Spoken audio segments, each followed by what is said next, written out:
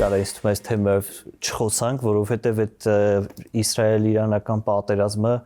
ընդհանուր առմամբ համաշխարհային մեդիայի ամբողջ աշխարհի ուշադրության կենտրոնում է։ Երեք տեղի ունեցավ Իսրայելի, այսպես ասած, հատուկ օպերացիան հենց Իրանի տարածքում, որի արդյունքում 30 մարդ սպանվեց, որոնցից մի մասը բարձրաստիճան պաշտոնյաներ, ներառյալ շտաբի պետը,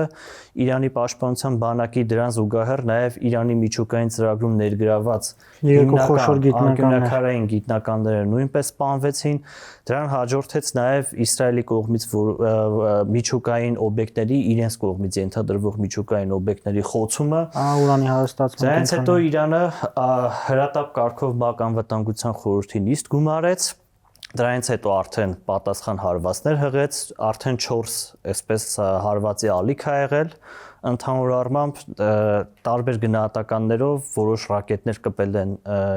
Իսրայելի պաշտպանության նախարարության շենքին, տարբեր օբյեկտներ կարողացել են խոցել, ընդհանուր առմամբ ասում են տենց զոհեր չկա, հիմնականում որ տասնյակ վիրավորների մասն է խոսքը, ու նաև Նեթանյահուն հայտարարել է, որ ինքը կոչ է անում ոնց որ ժողովրդին, Իրանի Իսլամական Հանրապետության ժողովրդին, որ դուրս գան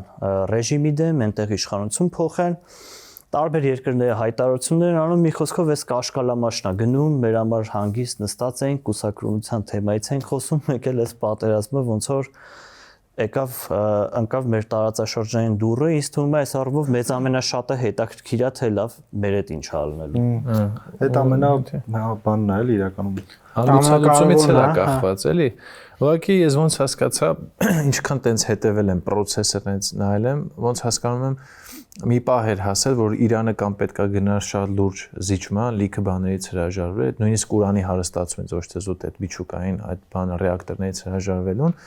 պահ նրան էր հասել, որ կամ ոնց որ սենց բաներ լինելու ու տենց զգուշացումներ եղել են ոնց որ թե Թրամփը սաղուր ասում է, իրենց ասում է, որ 60 օր ժամանակ էր տվել, որ միջուկային համաձայնագրի շուրջ հայտարարի գան, 61-րդ օրը հարձակում եղավ, դրանից հետո սա միջուկային համաձայնագրի ես որ նայեցի, վերջին էս գոնե բանակցված բանը ավելի կոշտ է եղել, այսինքն այն վաղտվա պես չէր, որ տենց ինչ որ բաներից հրաժարել, կոնկրետ ուրանի հարստացումից հրաժարվել, այսինքն կոնկրետ տենց ինքը շատ տենց լուրջ պահանջ էր, էլի, այսինքն Իրանը լուրջ զիջման պետք է գնար, բայց ոնց որ եթե չի գնացել, ինքը ինչ որ չափով պետք է պատրաստ լինի, էլի, որ պետք է ուրեմն ինչ որ տենց process լինի, որտեղ ես հիշում եմ Թրամփը էլի իր ընտրությունների վախտել էր, միշտ թիրախավորում էր ու տենց այդ ակնկալիքը կար, էլի, որ հեսա Թրամփը կգա ու Իսրայելի դիրքերը, Իսրայելը ավելի ազատ կլինի եւ այլն, բայց միջև ես վերջերս ես ինչքան հետեւել եմ, այդ գոնե հայ փորձագիտական դաշտին եւ այլն Ստենց շատ մինիմում ռիսկ էր, գոնե ես միջև մի շաբաթ, մի քանի օր եւ ու բոլորի համար տենց անկախատեսելի բան էր, ու ինձ թվում է այս ինչքան շուտ հանգուցալուծի, օրինակ ես մտածում եմ Իսրայելի առաջին հարվածից հետո վсё արդեն պետք է տենց ինչ որ Իրանը այդ չհարվածի զիջումների գնա եւ այլն, բայց որ թարված եղավ ու մի քանի անգամ ես մտածում եմ ինքը քան էլ լավ սցենար չի մեր համար, որովհետեւ Իրանին ոնց էլ ընդունենք այդ ճաշակի հարցը եւ այլն, ամեն մարդ, ասենք, մեկը տենում է ինչ որ քաղաքական իսլամի վերաբերյալ ինչ որ մարդիկ տենց հետաքրքիր հրապարակումներ են անում, փաստն է, որ մենք ունենք երկու հատ բաց սահման այս պահին, մեկը Իրանն է։ Ու մենք հենց այդ է, էլի, ոնց որ մեր հարաբերակցությունը Իրանի նկատմամբ հենց այդ է, միակ այդ գործոնն է, որ փորձում ենք, ասենք, ինչ որ ամեն կերպ տենց հարմարացնել աշխարհաքաղաքական գործընթացներին բան։ Ու այստեղ նաև հետաքրքիր է եկեք մեր Հայաստանյան արտաքին գործերի նախարարության հայտարարությունը այս մասով, որ ավելի շատ պաշտպանում էր Իրանի Իսլամական Հանրապետության դիրքերը ու կոչեր անում միջազգային բաները չխախտել, ՏԳՆ չտանել տարածաշրջանը։ Ու դրան զուգահեռ հետաքրքիր է նաև Ադրբեջանի արտգործնախարարության հայտարարությունը, որ երկու կողմերին էր կոչ անում։ Ու միևնույն ժամանակ կոչ էր անում Իրանի Իսլամական Հանրապետությանը ընդունել ԱՄՆ-ի կողմից ներկայացված առաջարկը, այսինքն ինքը փաստացի կոնկրետ պրոարևմտյան հայտարարություն արեց Ադրբեջանը։ Հայաստանը հաշվի առնելով երևի թե Իրանի դիրքորոշումը մեր տարածքային ամբողջականության հետ կապված ավելի Իրանի օգտին հայտարարություն արեց, իսկ Թուրքիան արդեն ավելի Իսրայելի։ հա, Իսրայելի դեմ։ Այսինքն այստեղ մենք նաև մի հատ հետաքրքիր բան ենք դնում, որ Ադրբեջանի ու Իրանի ոնց որ շահերը այս առումով չեն համընկնում ու սրա մասին Թուրքիայի, Ադրբեջանի ու Թուրքիայի շահերն են, մոտեցումները տարբեր։ Հա, դա է ուզում Ադրբեջանի ու Հայաստանն ու Թուրքիան այս պարագայում ավելի շատ տենց տարածաշրջանային մոտեցման կողմնակիցն են։ Մերձավոր արևելքի հետ կապված ես շատ եմ Մերձավոր արևելքի հետ ադրբեջանական ու թուրքական մոտեցումների մեջ հայ-թուրքական մոտեցումները շատ մոտ են, որովհետև եթե չեմ սխալվում, Արադ Միրզոյանը մի անգամ այդ բանը ասել էր, որ մենք քանի շփվում ենք արտգործնախարարներով, հասկանում ենք, որ մերձավոր արևելքում մենք ունենք ավելի շատ ընդհանրություններ, քան հակասություններ։ Հա, Անտալիայի դիվանագիտական ֆորումը։ Այստեղ մեկը վտանգավոր բան է, օրինակ Թուրքիան կարա իր, ասենք, ինչ-որ հայտարարություն անի, մեկային քիրակշիռը թույլ է տալի, բայց արդյոք այս կարա հնարավորություն ստեղծի, օրինակ հայ-թուրքական այդ գործընթացում թեկուզ, որտեղ ես միշտ տենց մեր դիրքերից որ նայում եմ, ասենք լավ դե որ մենք սենց բան ենք ասել, թուրքերն է սենց են դիրքավորվել, գոնե այս մոմենտումը կարա օգտագործի, որ Թուրքիան ինչ որ չափով տենց օգտակար լինի խաղաղության գործընթացում, որտեղ միջև այս վերջերս իրանք էլի հնարավորինս տենց էլի կոշտացրել էին, որ եթե Ադրբեջանը սենց հանի մենք իրանց հետ համաձայն ենք եւ այլն եւ այլն։ Հիմա այս պահը հետաքրքիր է, որտեղ սրացում չէ։ Այս գործընթացում պակաս հետաքրքիր է Հայաստանի կարծիքը։ Հա, ես միշտ դել եմ, օրինակ երեք հանրայինում քննարկում էր, շատերը ասում են Հայաստան պետքա սենց արձագանքեր, սենց չարձագանք, մեկ հարցին տալիս էլի, օրինակ արդյոք կապ ունի, բայց ինձ թվում է մեկը կապ ունի։ Չեմ ասում Հայաստանի տես հայտարարությանն է սպասում, որ տենց ինչ որ բայց մեկը կապ ունի, նկատի ունեն։ Չկա հիշելու, օրինակ անպայման հիշելու։ Հիմա չէ, բայց մի տարի հետո կա ինչ որ տարածաշրջանային պրոյեկտ սկսվի, ասենք օրինակ էլի տենց տեսականորեն բան եմ ասում։ Հաստատ այդ դիրքավորումը Չես նկատի ունեի Թուրքիայի համար է պակաս հետաքրքիր։ Այդ վերաբերմունքը որ Իրանի համար։ Որը թե արևմուտքը ոնց է կընկալի, որովհետև ադրբեջանական կողմից է կարան շատ ակտիվ լոբիստական միջոցառումներ նախաձեռնեն ու հանրապետական կուսակցությանը ասեն հենա հայերը ձեր քաղաքականության դեմ են հայտարարություններ Հայաստանի։ Ու այս առումով քանի որ Հայաստանը ինձ թվում է գոնե Հայաստանի իշխանությունները, ասենք գոնե դեկլարատիվ առումով ավելի շատ ապավինում են արևմուտքի աջակցության վրա, քան Իրանի։ Այս առումով կարող է իրան խնդիրներ ունենան։ Թուրքիան հա, ես չգիտեմ ինչքանով հաշվի կառնի, հաշվի չի առնի, բայց արևմուտքի մասով եթե մենք նայում ենք, արևմտյան հիմնական երկրները չեզոք հայտարարություն են տարածել։ Այսինքն իրանք հասկանում են, որ Իսրայելի ձեռնարկած գործողություններում ռազմական հանցագործության տար կա, իրանք նաև ագրեսոր են, նաև այս հարցերը կան, բայց մեկը բնականաբար Իսրայելի կողմն են բռնում Ուստի հետաքրքիր է թե էսի մեր վրա ինչքանով դե փաստացիորնակ ինձ թվում է միջև հիմա գոնե թե միջև հիմա ստացվել է օրինակ արևմուտքին համոզել որ այս հարցում մեզանից օրինակ չպետք է մեծ ակնկալիքներ ունենանք հիմա կոնկրետ այդ է էլի որ միջև այս պահը ինքը սրացած կոնֆլիկտ չէ ես օրինակ դա էլ այլ հանգամանք Հայաստանը միշտ ասա դե իմ բաց սահմանը այդ է ես պետք է շփվեմ այդ երկրի հետ ինքը իմ շահը հատկապես ամերիկյան կողմի համար ընկալելի է եղել բայց ինչ որ հատատ ինչ որ բանակցային օրինակ այդ Բոլթոնի այցի հետ կապված է տարածված բան կա, մոտեցում կա, որ իրանք այն ժամանակ, երբ որ էլի Թրամփի ադմինիստրացիան էր, Հայաստանից ակնկալիք կա, որ մի քիչ դիրքորոշումները կփոխվեն բան, բայց հիմա սա ուրիշ է, ասենք Ճապոնիա, ամբողջ աշխարհի այդպես տարբեր մայրցամաքներից արձագանքներ կան ու նույնիսկ արևմուտքում նես չի, ասում են Իսրայելը ճիշտ է արել որ հարձակվել, ասում են մենք չենք մասնակցել, ներգրավված չենք, օրինակ Ֆրանսիան էլ այդպես ասէ, ԱՄՆ-ն էլ այդպես ասե, մենք ներգրավված չենք Բայց եթե հանկարծ Իսրայելի վրա հարձակում լինի, մենք իր պաշտպանության բանի նկատմամբ զգայուն ենք ու պաշտպանելու ենք Իսրայելի ինքնիշխանություն, այսինքն ոնց որ հարձակողական գործողություններ չենք ներգրավի, բայց եթե Իսրայելի վրա հարձակվեն կներգրավեն, այդ նույնն է էլի որ աջակցում ենք էլի ամենքին։ Հա, դե այսինքն այս պահին ոնց որ վտանգ չկա, որ կարա Իսրայելը շատ ծանր ինչ-որ հետևանքներ ունենա այս ռազմական գործողությունների արդյունքում, բայց որ պահին իրանք հասկանան, որ Իրանը կոնկրետ ճնշում է ու ռազմական ոնց որ բանը գերակայությունը գալիս է իր կողմ, ռազմական հաջողությունները գալիս է իր կողմ, այս բոլոր արևմտյան երկրները միանգամից գնալու են աջակցեն։ Ստե իսկ միակ բանը այդ էր թե իրանք ոնց են հաշվարկել, այսինքն այդ ինչքան ես մտածում եմ, որ զուտ այստեղ ադրբեջանական լոբին է շատ ակտիվ աշխատելու այդ հայտարարության հետ կապված ու գուցե որ sense հետայես նայում ես արժեր ուղակի չեզոք ինչ-որ հայտարարություն անել կամ մի խոսքով չգիտեմ ես օրինակ զարմացել է ինչ որ մի փուլում որ ասենք շատ երբ որ Պակիստան Հնդկաստան բախում եղավ Հնդկաստանին պաշտպանեցին հա դա ասենք ինչ մի քիչ հեռու է էլի հա դա չեզոքություն պահել է ինչ որ իմաստ չունի բայց այս պարագայում եթե դու Այսինքն կարող է ամեն ինչը նրանց է գալի, որ այս իշխանությունները իրականում արևմուտքի հետ կապված ոչ մի տես բան չունեն ուղակի։ Այսինքն դա էլի այն բանն է։ Բայց ոնց որ մենք Ադրբեջանից շուտ էլ արձագանքեցինք, չէ՞, եթե չեմ սխալվում։ Այդ ժամանակագրականով չգիտեմ։ Ես այդ զարմացա, որ համ շուտ էր արձագանքը, համ դից շատ տենց բան էլի, ոնց որ իրանք մի բան դե վաշո որ ավելի նախաձեռնողական է լինում, ինքը ինչ որ լուրջ վերլուծություն ունեցած հերրախոսազանգ բան, ասենք ինչ որ բան ճշտած է լինում։ Իսկ հա տենց շատ տենց բաներ, հատկապես որ անդադ իրանք միշտ այդ թեման ուզում են տենց մի պահ հայտնվում է այդ հայ-իսրայելական հարաբերություն, ինչ որ դեսպանատուն բան, մեկ է մի պահ կորում է, այսինքն տենց այն ամենանիվ ինձ թվում է լուրջ տպավորություն չի թողնում Հայաստանը սենց իր հայտարարությունը, որովհետև մի կողմից հստակ չի, մի կողմից շատ տենց չակերտավոր խիզախ հայտարարություն անում դատապարտելու, ասենք Իսրայելին, երբ որ օրինակ աշխարհի մի կիսագնդի հետ էս քո բանը զարգացումը կապում, օրինակ եթե խոսենք, ասենք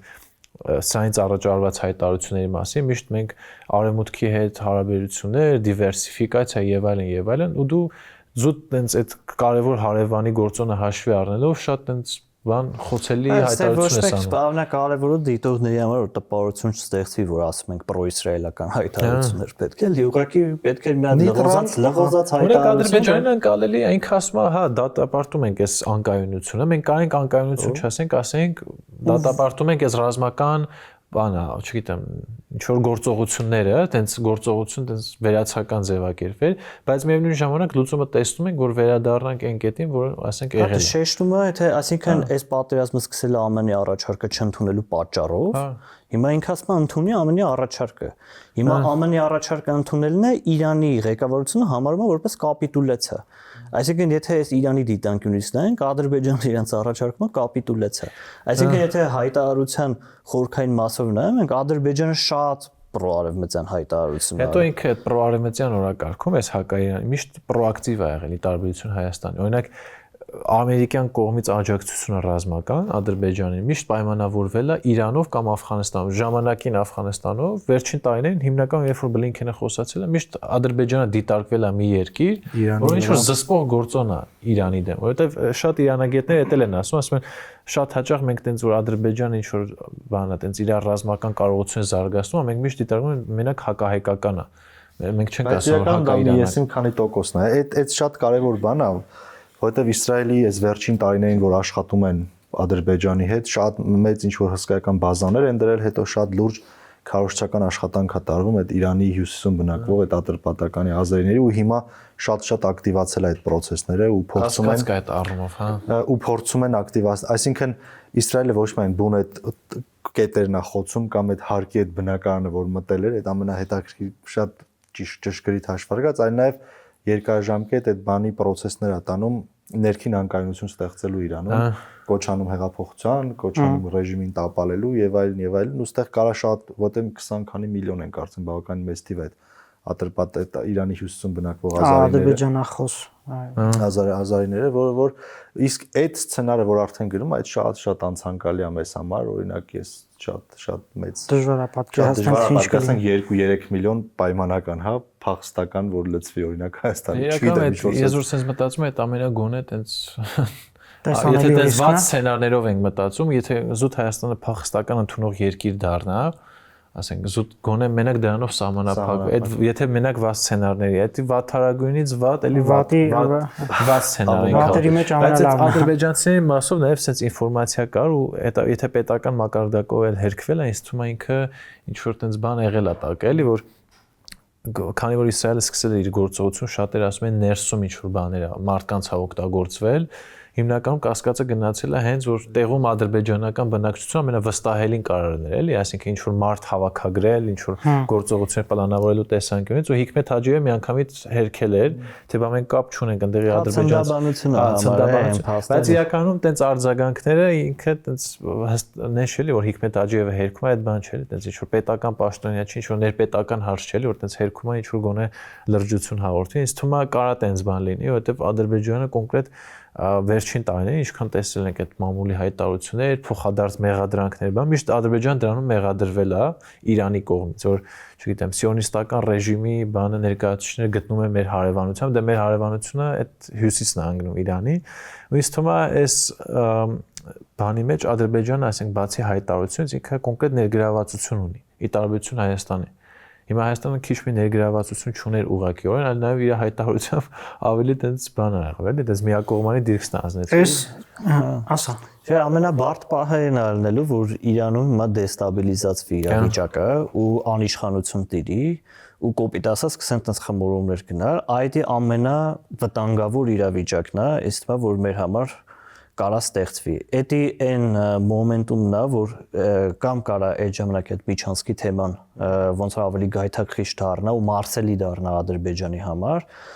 որովհետև ընդհանուր համել միջազգային հանրության ուշադրությունն է շատ ըլնելու այդ բանի վրա, այդ առումով էլ է հարմար հարցակվել ոնց որ Հայաստանի վրա։ Նաև դե որ փաստացի այդտեղ ֆունկցիոնալ չլինի արդեն իրանական պետությունը, այդ առումով էլ արդեն խոչընդոտները վերանում են։ Դրա համար ոնց որ կար, որովհետև Իրանի Իսրայելի կողմից այդ բանը, այդ խոսույթը կարող է այնտեղ քաղաքական ռեժիմ փոխվի։ Դե հենց այդ ապակայունացնող հայտարարությունը Իրանի ժողովրդությունը, բայց ինձ թվում է այդ իրանց պլան մաքսիմումն է։ Պլան մաքսիմում, ոնց որ Ուկրաինայի դեպքում էր, Ռուսաստանը ուներ մի հատ պլան մաքսիմում Ուկրաինա պետություն չլինի, դենացիֆիկացիա բան, որը ասենց քանի գնում համոզում ենք, որ հակառակ այնտեղ ոչ թե դենացիֆիկացիա է տեղն, այլ նոր պետություն է ստեղծում, նոր ինքնությամբ, նոր ավանդույթներով եւ այլն։ Հիմա Իրանի դեպքում էլ, ասենք, մարդիկ դուրս էին եկել, ասում ենք խփեք դրանց, ու երբ որ պատասխանը եղավ, ոնց որ այդ լեգիտիմությունը, իհարկե պետության նկատմամբ կարող է այդ ազդեցությունը մեծ լինի, բայց այնտեղ քաղաքական ռեժիմ փոխվի մի պարագայում կարող լինի, երբ որ հասարակությունը իրոք process սկսի դառնա անկայուն հատված, մարդիկ ինչ որ բան, այսինքն շատ նյաթան հաուի կոչով կոպիտ ասած իրանցիները չեն հակառակ էֆեկտն է ունենալ, կարող է ավելի իրանք բան անեն, ամրապնդվեն։ Ստեղ ինչ վերաբերվում է Իսրայելի պլան մինիմումին, ինքը այդ ուժը արել է։ 50 տարի պոտենցիալ է։ 50 տարի ղեկավարությունը գլխատել է ռազմական, այդ հիմնական գիտականները սպանել է, այդ ցելը խոցել է, այսինքն այն ուղղակի ստե նաև մտահոգի չեն հանգամանքը, որ մի հատ էլ ես սցենար եմ տենում հիմնականում արևմտյան մամուլում, ոչ թե մեր բանի մոտ, որ կանխատեսում են, որ այս պատերազմը կարա ռուս-ուկրաինական երկարատև պատերազմ լինի։ Մանավանդ որ այստեղ ցամաքային բախումներ չկա, օրինակ ռուս-ուկրաինական պատերազմի ժամանակ մանավանդ որ ինքը հարթավայրային տարածք է, շատ դեպքերում փամփուշտի դիմաց միակ բանը որ պահում է այդ մարդու մարմինն է, էլի։ Դրա համար այնտեղ արդեն ասում են, որ միլիոնից ավել ոնց որ երկու կողմից զոհեր կան ու ստեղ այս բամբյոշկեքը որ երկար ժամանակ գնա, այդտեղ զոհեր չեն լինելու, այդ ճակատը չկա։ Երկրորդ Իրանի իսլամական պետությունը ինքը զենքի խնդիր գոնե չունի, որտեղ ինքը նաև ունի արտադրություն, այդ ռակետները ինքը սեփական արտադրում է, բան այսինքն կարա անդադ տեմպը պահի, իսկ իսրայելական մասով որ ասես կարա զին տեխնիկայի խնդրեմ ունենա, այդ մի քիչ ծիծաղալու է, այսինքն այդ սցենարն է երկարատևի ժամանակ, բայց Իրանի դեպքում մի քիչ դժվար է լինելու, էլի օրինակ եթե համեմատենք այդ նույն ռուս-ուկրաինական, Ուկրաինան ունի լուրջ աջակցություն արևմուտքից, տնտեսական եւ այլն, Իրանը все-таки պետք է ընդունենք, որ սոցիալ-տնտեսական ծանր պայմաններում գտնվող երկիր է, բայց միևնույն ժամանակ ինքնաբավ, այսինքն մի քիչ բացառիկ երկիր է, էլի։ Ամեն ինչ կարող է արտադրի երկրում, քիմիական արտադրություն, ռազմաարդյունաբերություն, բայց միևնույն ժամանակ որակի, սոցիալական արդարության, լուրջ խնդիրում է այդ խնդիրները կա, բայց այդ պատերազմը, ինձ թվում է Իրանը երկարատև պատերազմի դիմակայանում քիչ տենց շատ ծանր որոշում է լինել, էլի։ Այս մանավանդ բան է, շատ են սկսում տես ծայրահեղական վերլուծություններ անեն։ Ես օրինակ որ հիշում եմ, երբ որ ռուս-ուկրաինականը սկսում են ինչ վերլուծել, Հայաստանի արևմտամետ դաշտի հատվածը ասում են, հեսա Ռուսաստանը փլվում է այս սանկցիաներից։ Ու Ռուսաստան չի լինելու բան շուտ հապկից ելեք, այդ էր հիմնական բանը։ Ասում են Ուկրաինան հեսա մի օրում գրավել է։ Իսկ պրոռուսական բաները ասում են, հեսա վсё Կիև բան գրավում են, Զելենսկուն ոտից կախեն բրծեն այդ պատերազմը, բայց իրականում ոչ են եղավ ու մինչև հիմա այդ պատերազմը գնում է ու ինչ որ լրիվ մի հատ նենց սցենար է, որ ոչ մեկի կանխատեսածով չէր լինում։ Իմ պատկերացմամբ նույն բանը լինելու է այս Իրան-իսրայելական հակամարտության առումով։ Ոնց որ ոչ մեկ չէր կանխատեսում, որ այդ Թրամփի տված deadline-ից հետո պատերազմ արնելու, նենց է չեն հասկանալու, թե հիմա վաղը կամ մյուս օրը կամ մի տարուց ինչ արել։ Այդ իրական շատ կարևոր է նաև այն առումով, որ հայ հանրության համար Իրանի վերաբերյալ ընկալումները սկսելու է վերաձևակերպվել արդեն, որովհետև ինչ որ տևական ժամանակ շատ ուռճացված էր հայ հասարակությունը իմ տպավորությամբ Իրանի վերաբերյալ ընկալումները, Իրանի հզորության, իհարկե չենք երգում, որ ամեն դեպքում գործ ունենք մեր նման պետության հետ, գործ ունենք ավելի լուրջ ռեսուրսների տիրապետող պետության հետ, բայց հասարակական ընկալումներում որոշակի վերադասավորումներ անշուշտ լինելու է ու դա երևի այս գործընթացով իրականում բայց այս միակ դրական բանն է, որ կարող անդրադառնա հայ հանրության վրա, որ կբերի մեզ ավելի այսպես ռացիոնալության դաշտ։ Հանրությունը մինչև աշկով իր աշկով պատերազմ չի տենում, ռեալ պոլիտիկայի կապ չունի։ Մյուս կողմից շատ մտահոգիչ ու անհանգստացնող է, թե օրինակ իշխանությունները այս մեր ասած հավանական սցենարներին ոնց են պատրաստ են, թե պատրաստ չեն, որովհետև այդ մասով դառը փորձ ունենք հասկանալու օրինակ միջազգային իրադրությունը եւ դրա պայմանները ու վերլուծելու դրա հնարավոր հետևանքները ու կատարելու օրինակ կանխարգելիչ գործողություններ հնարավոր բացասական հետևանքները մեր համար կանխարգելելու համար էլի ամեն դեպքում ոչ հանրային կարծիք ձևավորողների այսպես աշխատանքն է հուսադրում նկատի ունեմ Իրան-Իսրայել, որովհետև նայում ենք այս քանի օր արդեն այս 1-2 օր այս գործընթացը գնում է դեռ այսպես ասած որևէ ողջամիտ մեկնաբանություն կամ հանցող ինչ որ տեղերից կան։ Հիմա ավելի զգուշ են դառը, ես ասեմ այդ մի կողմից էլ լավ է, այսինքն չեն ուզում հիմա ինչ-որ միանշանակ պնդումներ միանշանակ պնդում ու իրականում միանշանակ պնդում, ասենք այն ամենաթոփ փորձագետները չի կարող, ինչի՞, ասենք հզոր պետություններին պատերազմում են, ասենք կարաս հայ ինչ-որ հավանական սցենարային քարտեզ ունենաս, ասես կարաս սենց լինի, բայց որ ասենք դնես ինչ-որ մարգարեական բան, Չնայած կլինեն մարդիկ վստահաբար որ տենց էլ կանեն Հայերի Հոխիկյանը հաստատ մի բան կասի, ասենք մի բան կանի, այդ չի հարցը, բայց եթե լուրջ մարդկանց մասն ենք խոսում, իսկ թվում է լավ է, որ սենց զսպվածությամբ իրանք գնան ավելորդ ինչ-որ կանխատեսումներ չանեն հանրությանը, ինչ-որ այդ չտրամադրի վաճառականությամբ չսկսեն զբաղվել բաներ չանեն։ Ոկե իրան հետ կապված ինձ թվում է արդեն մի լուրջ հարված տվել է Իսրայելը այդ հայ հանրության մոտ կարող տենց չգիտեմ։ Էլի ես օրինակ տեսել եմ լիքը մարդիկ այդ ժամանակ էլ տենց հիասթափվել են, ոնց Իրանը փաստորեն դիմադրության առանցքին է վերաբերում, այսինքն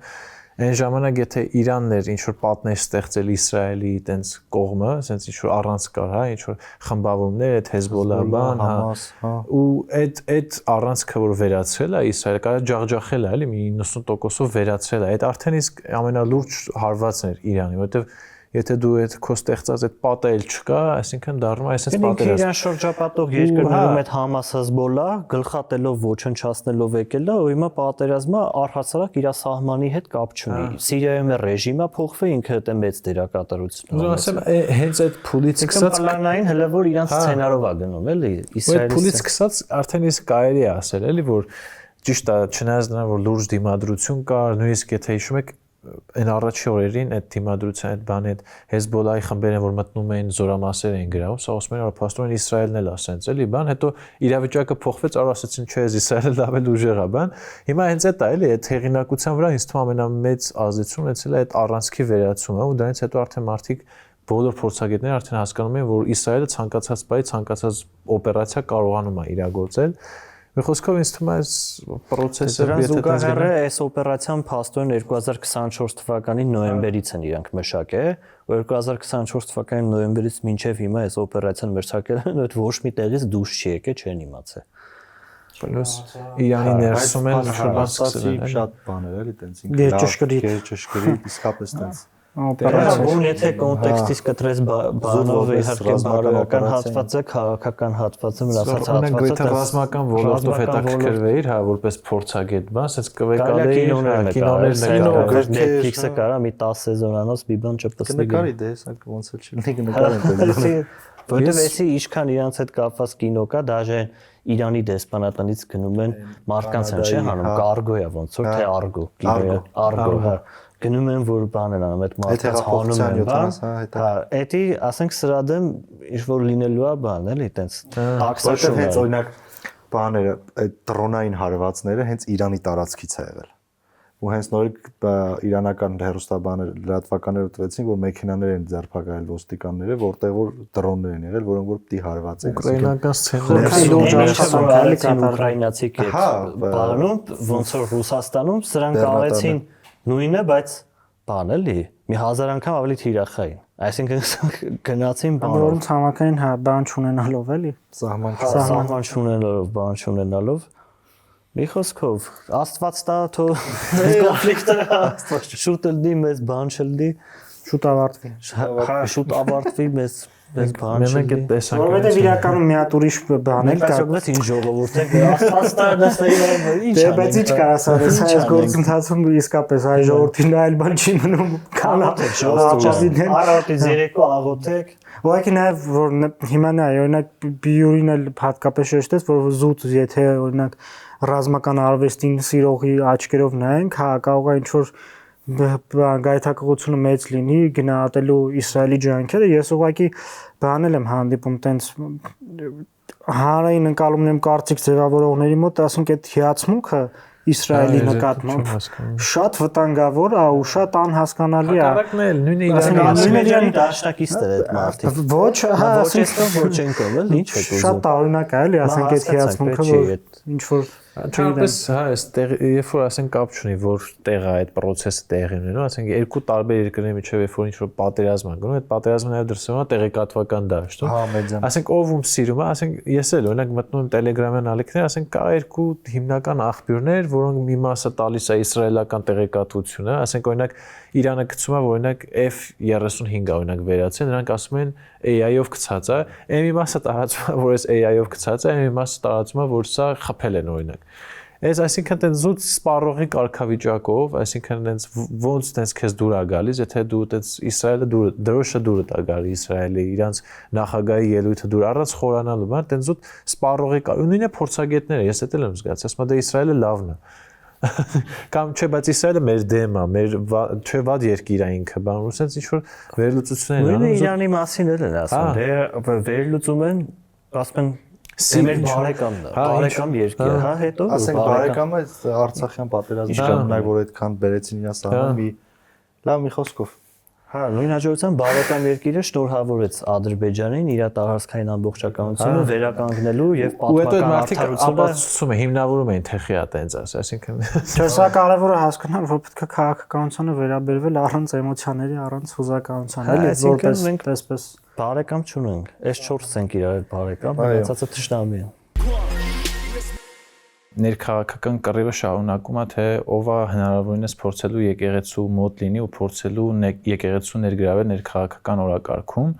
ու ես նաև հիշում եմ որ այդ այցից հետ այդ բանից հետո երբ որ մարդիկ գնացին դիմավորելու կաթողիկոսին այդ կռիվն էր շարունակվում թե ով է առաջինը մարդկանց ասել եկեք գնանք օթանավակայան իրականում առաջինը Արտուր Վանեցյանն էր ասել բայց խնդիրը դրանում է որ հա այդպես ամեն մեկը ինչ որ այդպես կոչ արել էր Մասիսի քաղաքապետ արդեն որպես impeachment-ի հնարավոր տեխնացու արդեն ինքն էլ ինչ որ մարդ հավաքել ու sense էլի ներքաղաքական ինչ որ թեմա է ու մարդիկ այդպես ամեն մեկի ռեսուրսն է գեներացնում ու պայքարը դրա մեջ են թվում բայց այստեղ իստում է խոր կոնտեքստը այդներ որովհետև անդադ ԶԼՄ-ների ներկայացուցիչները դիվանապետի ինչ է կարգավիճակի իր հետ անդադ հարցեր էին ուղղում բա արդյոք եկեղեցին մի բան չի անելու էլի կոպիտ ասած ինչի՞ չեք մի հատ կոչ անում գնանք եւ այլն մի բան անենք ու տենց զուսպ պատասխան իմ կարծիքով տենց անդադ զուսպ պատասխան էր գալիս ու հետո որ կաթողիկոսը իջավ ես տեսա էլի որ ինքը որ նույնիսկ չէր ուզում տենց շատ շփի եւ այլն ու երևում էր էլի որ տենց մի 1000 հոգի եւ թե արկա էր ինքը տենց իր ձենով էր խոսում ինչ որ տենց ռուպրով կամ ինչ որ բարձրախոսով չէր խոսում ու հիմնական բանն էր որ հա մերսի շատ որ եկել եք աջակցում եք եւ այլն բայց ոնց որ էլի տենց ենթատեքստում են կար որ մենք չենք ուզում ինչ որ տենց քաղաքական process մեր անունով սկսի բայց շնորհակալ ենք որ դուք հաշվի եք առնում այս կարևոր ֆոնի վրա մեզ աջակցելը մեզ տեղ տալը մենք շարունակելու ենք այս ինչ այսինքն տենց ինձ թվում է այս այն դիրքավորումն է որի մասին նախորդ էպիզոդում խոսում էինք իրանք տենց փորձել են հնարավորինս մարել այս կոնֆլիկտը որովհետև այս մի կոնֆլիկտը մի թեմա է որի մեջ մտնելով իրանք մտածում են որ ավելի խոցելի կդառնա եկեղեցի չգիտեմ այս թեմայով տենց միակ բանը որ կուզեի ասեի այսքանն էր Այսինքն պետք է զուտ արձանագրել, որ վեհապարը որպես այդպեսին ընդդիմության սադրանքներին չտրվեց ու համել Նիկոլ Փաշինյանի սադրանքին չդարավ քաղաքական ընդդիմադիր հիմնական դերակատար, ընդհանուր կոչ չարեց մարդկանց, որ դուրս գնես իշխանության դեմ ու ավելի շատ փորձում է այտենց ծրի թեման ու հիմնականում եկեղեցուն գոնե այս փուլում զերծ պահի այդ քաղաքական ակտիվ գործընթացներից, ինչը որ մենք արդեն բազմիցս գնահատականներ հնչեցրել ենք, որ այդ բավականին քաղաքական առումով հասուն իրավիճակին տիրապետելու արդյունքա, որ ինքը հասկանում է, որ այո, եկեղեցու հեղինակությունը այսօր բարձր է որոշ հարցումներ 70%, բայց դա քաղաքական որպես դերակատար չի այդ հեղինակությունը, այլ որպես հոգևոր միավոր ու իրենք ցանկանում են այդ հոգևոր միավորի կարգավիճակից դուրս չմնան։ Հիմա հետաքրքիր է, որ այս թեման սառում է, որն է ոնց որ Նիկոլ Փաշինյանի հաջորդ քայլերը էլի, մանավանդ այս Իրано-իսրայելական կոնֆլիկտի ֆոնին, որ սա մեդիան է դա ու ոնց որ հիմա պետք մարդիկ սպասում են այդ հանձնաժողովին, որ պետքա ձևավորվի այդ անհասկանալի հանձնաժողովը։ Իսկ հիմա կամ պետքա բանանի ընդհանուր մարի այս թեման կորի գնա, ոնց որ հերթական թեման, կամ էլ պետքա արդեն ԿՊ-ի դաշտում կոպիտ ասած գնդակը, իրանք ինչ-որ մի հատ քայլ պետք է անեն, որը որ նորից ոնց որ յուղ կլցի, այս եկեղեցի իշխանություն հակամարտության կրակի վրա էլի։ Հիմա այս իշխանության կողմից որ նայում ես այդ հարցին, իրականում ինձ թվում է պլանավորել էին, բայց միջև վերջ չէին պլանավորել, հա, այսինքն այդ հարցակումը լինի ճնշեն ու ներսից ինչ որ process լինի ու վեհապարին հեռացնեն, բայց ոնց որ այդքան էլ չի ստացվում, որովհետև այդ հանձնաժողովը իրականում շատ հարցական, շատ անհասկանալի ու ես ինչքան իրենց հարցազրույցները նայում եմ падգամավորների, պետական պաշտոնյաների, այդ կոնկրետ այդ հարցին թե ոնց է լինելու, իրանք չեն կարող պատասխանել, որովհետև չունեն դրա պատասխան։ Ու եկեղեցին շատ հստակ ու ամուր է այդ բանում, որ դա եկեղեցու ներսի գործն է ու մենք պետք է որոշենք մեր հարցերը։ Հետաքրքիր է նաև այս process-ը միջև ուր կգնա, այսինքն եկեղեցու ներսում իրականում ինչ որ process կհասունանա, ինքը ինքնառողջացման կամ այս քաշքշուկներից ոնց որ ինչ որ ձև դուրս գալու, թե վեհապարը կշարունակի վեհարանում լինել եւ կդիմանա, բայց մինչև ուր կգնա, դա էլ է իրականում հասկանալի։ Որոշ տեղեկությունների համաձայն վեհապարը պատրաստում է այդ ազգային եկեղեցական ժողովը հրավիրի, որտեղ փաստորեն կարող են քննարկել ցանկացած հարց եկեղեցուն վերաբերող, այդ թվում նաև այսպես կանոնադրական հարցեր, որոշ հարցեր վերանայելու եւ այլն, այդ ժողովը կարծես թե 25 տարի ու ավելի չի գումարվել իրանտրվելուց հետո կարծես թե որևէ անգամ չի գումարվել, բայց այդտեղ էլ ես հանդիպեցի տարբեր մեկնաբանությունների, որ մի ուրիշ խնդիր էլ դա է, որովհետեւ այս տարիների ընթացքում այդ ազգային եկեղեցական խորհրդի անդամները տարիքով պայմանավորված եւ այլ հանգամանքներով ոնց որ մահացել են, հետո վեհապարը նշանակել է մարդկանց, որոնց ավելի շատ ինքն է վերահսկում եւ ոչ թե խորհուրդն է իրանց վերահսկում։ Իսկ հատկապես այդ հանդիպումից հետո իր այդ ելույթը Զվարթնոց օդանավակայանում այդ իմ մոտ էլ լրիվ այդ տպավորություն թողեց, որ ավելի շուտ առաջին հայացքից տպավորություն կար, որ ուզում էր ուղղակի նստեր ու գնար, բայց քանի որ տեսավ ամեն դեպքում այդ ժամին ամբողջ հավաքված ուղղակի հարկ համարեց ոնց որ այսպես շնորհքից ելնելով ավելի բարձ ասած ինչ որ բան ասի։ Թե իշխանությունների քայլերն ուր կտալնի, անկեղծ ես էլ չեմ հասկանում, որովհետև հիմա այս վերջի 3-4 գրառումները Փաշինյանի միջև այս Իսրայել-Իրան հակամարտության մեկնարկը նույն տրամաբանությամբ էր գնում, այսինքն 3 օր, վերջի 3 օրը արթնանում էր, մի հատ սաղմոս էր ցույտում ու գրում էր, որ պետքա նոր կաթողիկոս ունենալ եւ այլն, եւ ես էլ չեմ տեսնում, ինձ թվում է էլի կարճաժամկետ հաշվարկ արած, որովհետեւ ես մտածում եմ, եթե ինչ-որ լուրջ կոմպրոմատ ունենային հրապարակելու ենթակա, չեմ ասում չունեն, բայց հրապարակելու ենթակա կհրապարակի։ Մյուս կողմից էլ իմ մոտ հարց է առաջանում, օրինակ, եթե Դիցուք Փաշինյանը ունի մի հատ լուրջ կոմպրոմատ վեհապարի դեմ կամ սրբազաններից որևէ մեկի դեմ, թեմերի առաջնորդներից մեկի դեմ, դա ոնց պիտի հրապարակի։ Civic է Շատ լավ, բայց դա արդեն հասկանում ենք, որ ոչ ավել ոչ պակաս ինքն է հրապարակողը դառնում, այդտեղ մի փոքր գերագնահատել են հասարակության ռեակցիան կուսակրոնության մասով։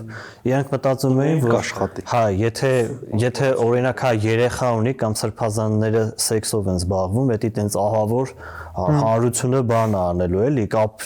տեղյակ չէ, ու հա, վայ, ոնց կլինի սրբազանը անկողնային կյանք ունի եւ այլն, բայց մարդիկ ոնց որ թե գլոբալ առումով դրա հետ օքեյ են։ Մյուս կողմից էլ ինչ որ բայց սկսած արդեն եթե նկատել եք բանի վեհապարին դիմում են իր բանի ավազանի անով, հա, կտրիչ Ներսիսյանը դիմում։ Ոնց որ Բագրատ Սրբազանի դեպքում, չգիտեմ, օրինակ Բագրատ Սրբազանի դեպքից նաև հաշվի առնելով ինձ թվում է պետք է հետևություններ անեին, որ եթե անգամ տենց են դիմում,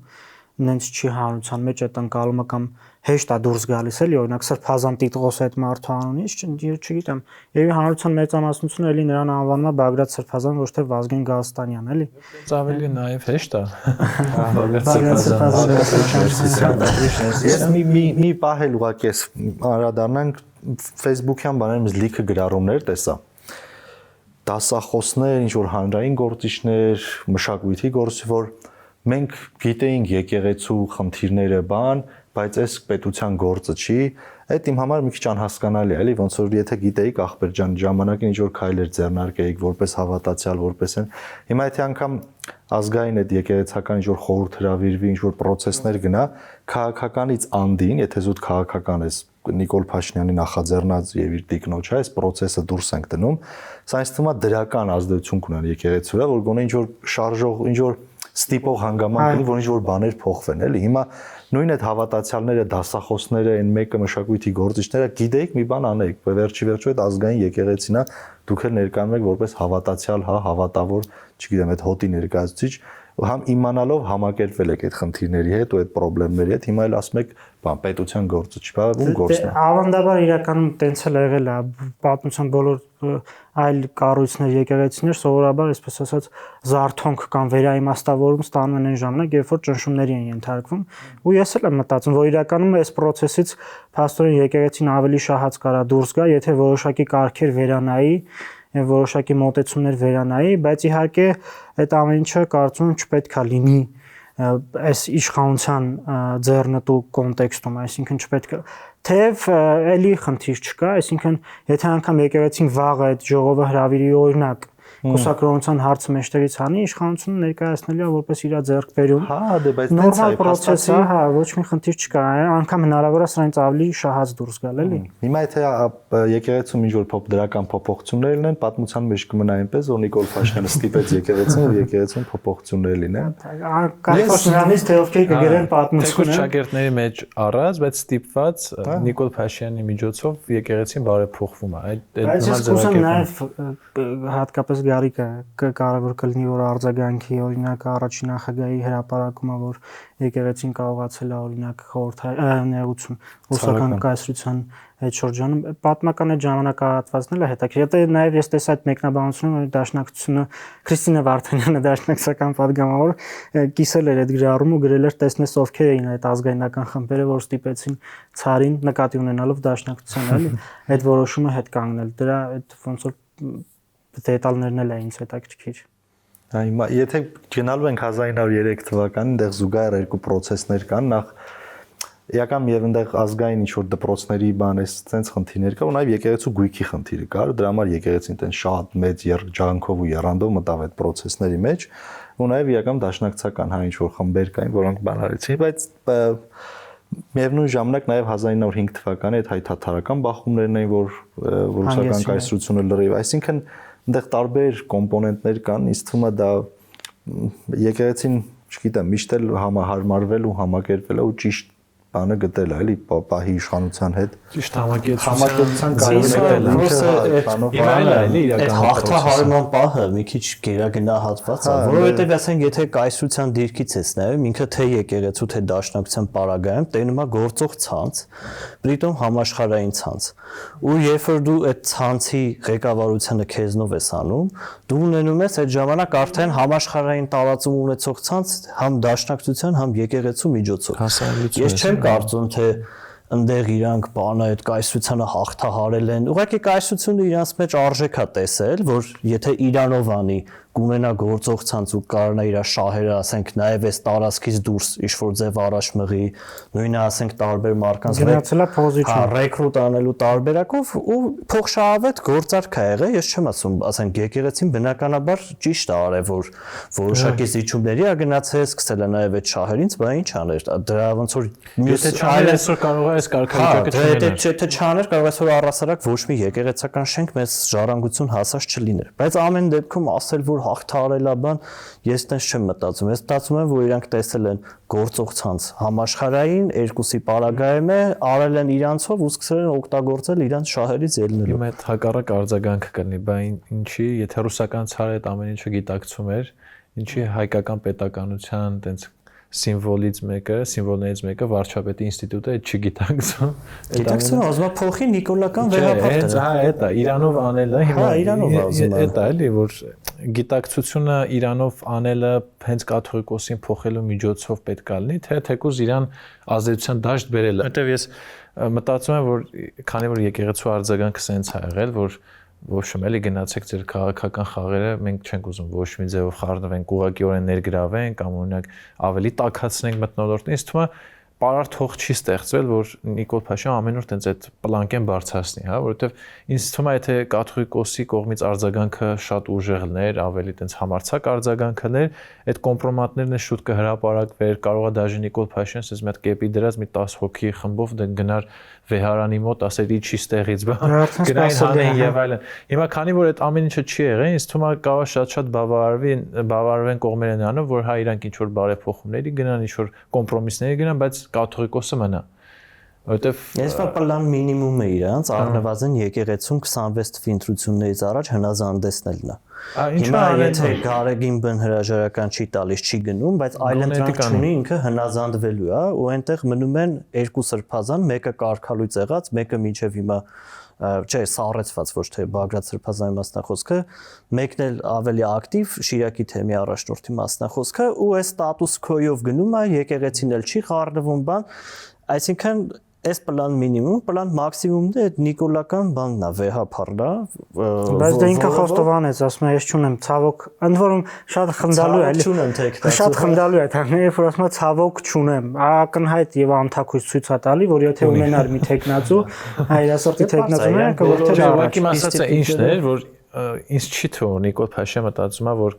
բանը, ասենց կաթողիկոսի Իրանը լինի, որ համաշխարհային այդ ցանցը օգտագործի ինչ որ շահեր սպասարկելու, ինչ որ նոր օրակարգ բերելու։ Իր քաղաքական շահերին չի ուզենա եկեղեցին։ Իր, հա, բայց որ ռուսական ցարի տեսանկյունից ասում ենք այդ մեծ ցանցը համաշխարհային, մի քիչ տարբեր է մոտիվները։ ԱՄՆ-ում օրինակ իշխանությունը ինչ որ լոբինգներ է անում, ասենք,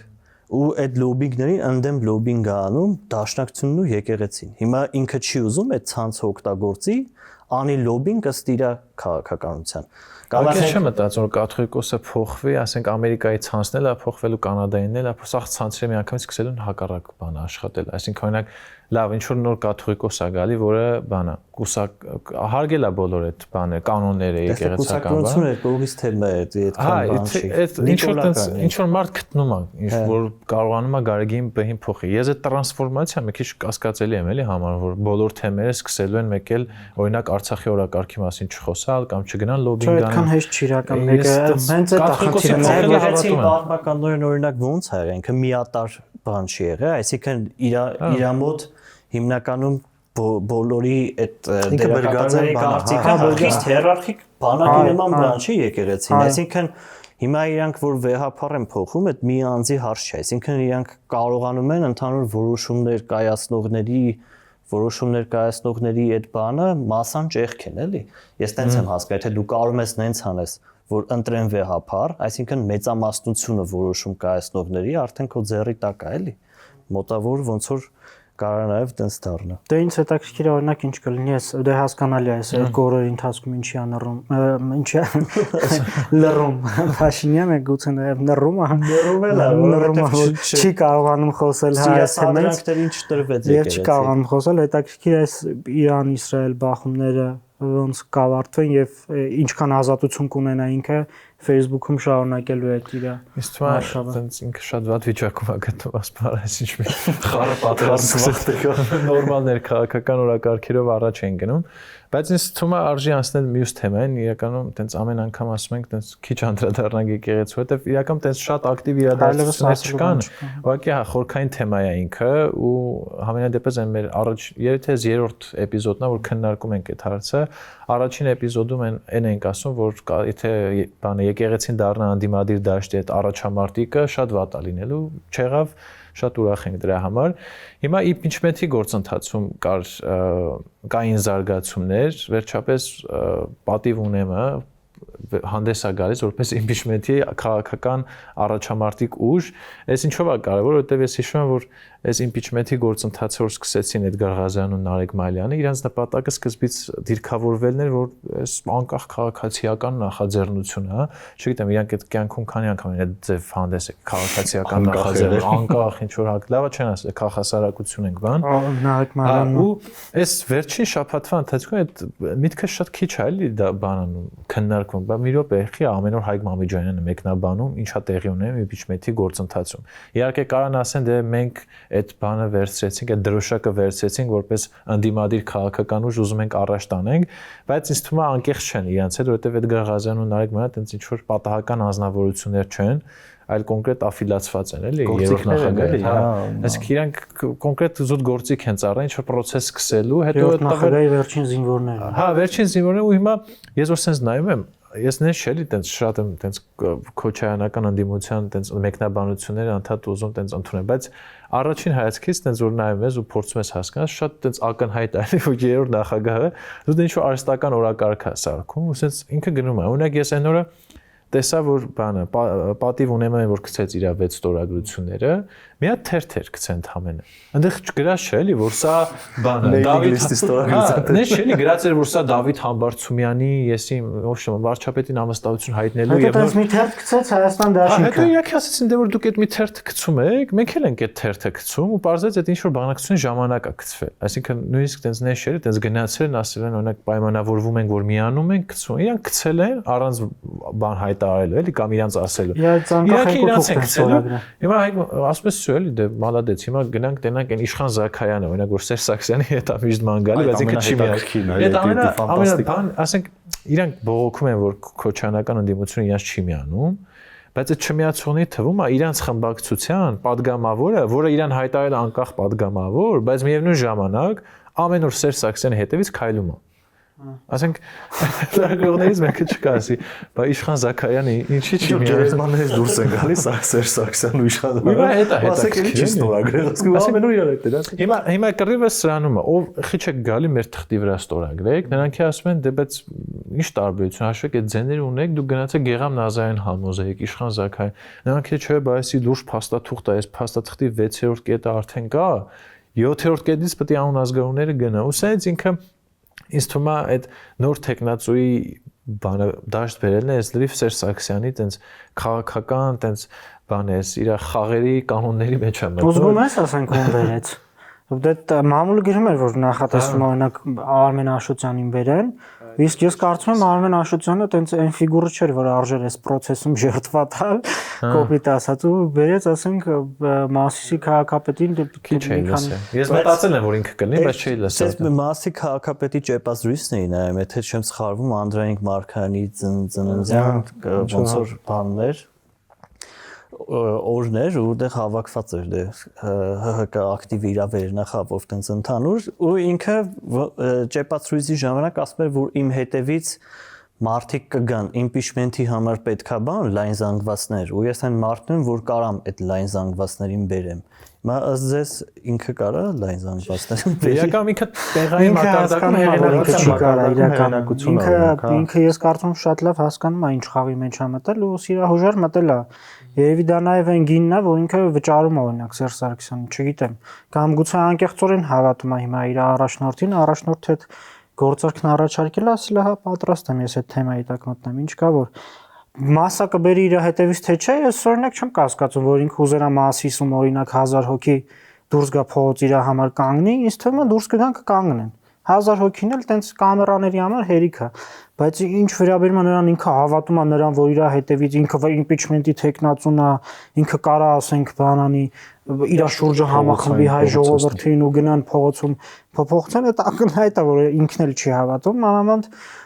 հատկապես այդպիսի կերպարները, որոնք այսպես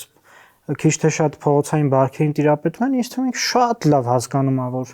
ինքը վստահաբար այն կերպարը չի, որ ժողովուրդը իր հետևից գա, էլի։ Իսկ բանով համը իր հետ կապված ոնց որ իր ընտանիքի ինչ որ քրեական գործերի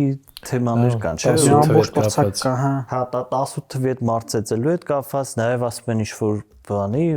ուրիշ թեմա կա, բայց ամնավաճառության հովանավորելու թեմա կա, ինչ որ կավատության հետ կապված ինչ որ թեմա կա։ Օրինակ տենց տեխնացուներին, որ ասենք որ դե գիտես, ասենք տեխնացուն պակաս խոցելի լինի, չէ՞, եթե ինքը նման թեմաներով աչքի անգեբան, այդ միանգամից հնարավորություն է տալի, որ դիմացինը ոնց որ վերցնի այդ թեմաները, սկսի հնձել։ Հիմա իմ համար էս էլ է, էլի մի քիչ անտրամաբանական, ասենք Սերժ Սարգսյանը ինչ էր մտածում այս տեխնացուին բերելուց առաջ։ Մի բան կա, Շարմազանովին բերել։ Մի բան կա, Շարմազանովը էլի մաքուր է։ Շատ հենց մի բան կա, որը տրամաբանություն կհաղորդի, այդ այն է, որ ուղղակի օրակարգեր է ստեղծում, process-ներ է ստեղծում, այդքան բան։ Fake օրակարգ։ Շատ այսպես փողոցի լեզվով տժում է։ Հայաստան դաշինքի վրա կլինի, թե մնացածի վրա կլինի, ուղղակի վրա կլինի։ Այական մի քիչ ծորակարգ, նայեք, մեդիան ունի, ֆինանսական ռեսուրսներ ունի, այականում վարչական ապարատում է լիքը հանրապետական դեռևս աշխատող մարդիկ կան, ասենք, այս իշխանության օրոքե, որ իրանք այտենց էլի պահել են իրենց համոզմունքները կամ համայնքապետ, այսինքն լուրջ ռեսուրս կա էլի ամեն ոլորտից, ու սենց զուտ տենց որ ինքը տենց որ ասում են միակ նպատակը իշխանափոխությունն է, այնքան է սա չլինի, ուրիշը գա, այդ ինձ թվում է դուս շղարշն է, բայց նաև այստեղ հետաքրքիրն է, որ միշտ այդ երրորդ նախագահի հետ կապված մեդիան միշտ այնց օրակարգեր բրթում է, էլի առաջ ինչ որ արհեստական բան։ Կավարն է ստեղծում։ Բայց այս վերջին շրջանում նաև շատ է երկրորդ նախագահին թիրախավորելու process-ը, այսինքն ինչ լինում է, ասում են դե դա Քոչյանը չի ուզում։ Օրինակ Էդգար Ղազարյանը ես տեսա մեկը սկրիներ արեցել էր, գտեր ԿՊ-ի Հայաստան դաշինք։ Այսինքն փորձում են բան անել Հայաստան դաշինքը երկրորդ նախագահի աֆիլիացված մարդկանց ներկայացնել որպես Նիկոլ Փաշինյանի գործիք, ասենց նույնիսկ այդ կարգի բան է, էլի ասել, ու շատ հեշտ ասել, դե Էդգար Ղազարյանը մեր հետ ինչ գործ ունի, դուք մենք ենք ձեզ այդ բանակցում։ Բայց այդ նույնն է ոնց որ ասենք հիմա Մայր Հայաստանը, որ էլի աֆիլիացված է Քոչարյանի հետ, ասենք Սերժ Սարգսյանի վրա ինչ որ բան ասի, ասեն դե իրանք են ասել։ Ու այս ակնհայտ է, որ process-ը ինքան է գնալու միջև տենց վերջնական, տենց ինքը մարի, մեկ էլ ժամկետների խնդիր կա, չէ՞, մի քանի օր։ Մենք նաև խոսում ենք մի քանի էպիզոդ առաջ խոսում ենք օրինակ 26 թվականի ընտրություններին ոնց են պատրաստում տարբեր քաղաքական ուժերը, ակնհայտ է, որ օրինակ Սերժ Սարգսյանը հասկանում է, որ ասենք լավագույն սցենարի դեպքում ինքը կարողանալու է որպես հանրապետական կուսակցությունների 4%-ի շեմը հաղթահարի ու էլի 5-6 падգամավորով հայտնվի պարլամենտում, հետեւաբար ինքն իր արժեվ խնդիր է դրել ոչ թե ինքն ուժեղանալու, այլ ուղղակի այլ ընդդիմադիր բևեռի թույլատնելու, որովհետեւ մենք էլի ենք հասկացել, որ իրանց ձայները իրար մեջ է, մեծ հաշվով։ Հա, ընդդիմադիրներից այսինքն ձեն փախստելու այդ process-ը էլ հայտարարել։ Ուղղակի խնդիր է դրել իր առաջ, ինձ թվում է Ռոբերտ Քոչարյանի որպես քաղաքական գործոն հնարավորինս ավելի թույլատնելու։ Ու այդ խնդիրը փայլուն կերպով լուծում է, որովհետև իր ու իշխանության շահերը այդտեղ համընկնում են, էլի։ Բայց աշխատում է, որ ինձ թվում է մարդիկ կամաց ավելի շատ բան են անում, սկսում են քոչարյանականների ազնվությանը հավատալ այս process-ներից հետո։ Ես էլ եմ տենց ընկալում, չգիտեմ, որովհետև արդեն սկսում են ավելի նենց մտածել, որ իրականում քոչարյանականները այդ ներընդդիմադիր գոնե արճակատման շրջանակում ավելի ազնիվ են, շիտակ են, բան չկա, էլի, օրինակ որ մարդկան, ասենք ես չեմ նկատել, ինչ որ ոչ թե ասենք իրանց վերևից եկած հանրապետականից եկած օրակ, այլ որ մարդիկ ասեն, այո, impeachment-ը ճիշտ է, հենց հիմա ասեք ինչ պետք է ան, տենց ինչ որ բան չկա, էլի, աշխուժություն չկա կամ որ ասեն, այո, մալադեց երրորդ նախագահի impeachment-ը սկսում այնքան դիմադիր է ուրեմն, բան, ասենց ինչ։ Չէ, ոնց որ եթե անկեղծ ասած, ոնց որ ժողովրդական լեզվով էշի տեղ է դնում, էլի, ասենք համ հանրությանը, համ չգիտեմ, ասենք ծաղր է, դու հասկանում ես, որ այդ process-ը ոչ միտեղ գնացող է ու դու մտնում ես տենց թե ընդ որում ես քեզ ասեմ, սա շատ նման է Նիկոլ Փաշինյանի ոճին 2013, 14, 15 թվականներին։ Ինքը հասկանում էր օրինակ որ նման ռես Նիկոլ Փաշինյանը նաև այն գործիչներից էր, որ խոսում էր, ասենք հանրապետության նախագահին impeachment հայտնելու մասին։ ինքը մենակով դուրս է եկել հակ ֆրակցիայից անկախ խաղացող падգամավոր, ասում է սենց պետք է արվի։ Պետք է գնանք ու հասկանում է, որ այդ process-ում ընդ որում ինքը, ասենք տանում ես հարվածի տակ ես դնում ընդդիմադիր ֆրակցիային որպես ինչ։ Լրիվ նույն ոչն է, հասկանում ես։ Երբ որ ասում շահերը համընկնում է Նիկոլի ու Սերժի այս ձևով ինչ որ մեկին փչա, երբ որ դու ակնհայտ տեսնես որ ռեսուրսներ չկա, ասենք Դավիթ Խամբարձումյանը բերում դնում ես տեխնացու, ասենք դե ոչ հայրենիքա քան հանրությանը էշի տեղ դնել էլի։ Բայց հակամարտեն մեկնաբանությունում կգրեն վերջապես բարձվեց ովքեր են սրանք քոչայանական են։ Հայերակի որ շատ ակնհայտ տենց բանով էլ ինչ որ մանկական process-ներ է, տենց չես կարող չասես ուղակի, որովհետև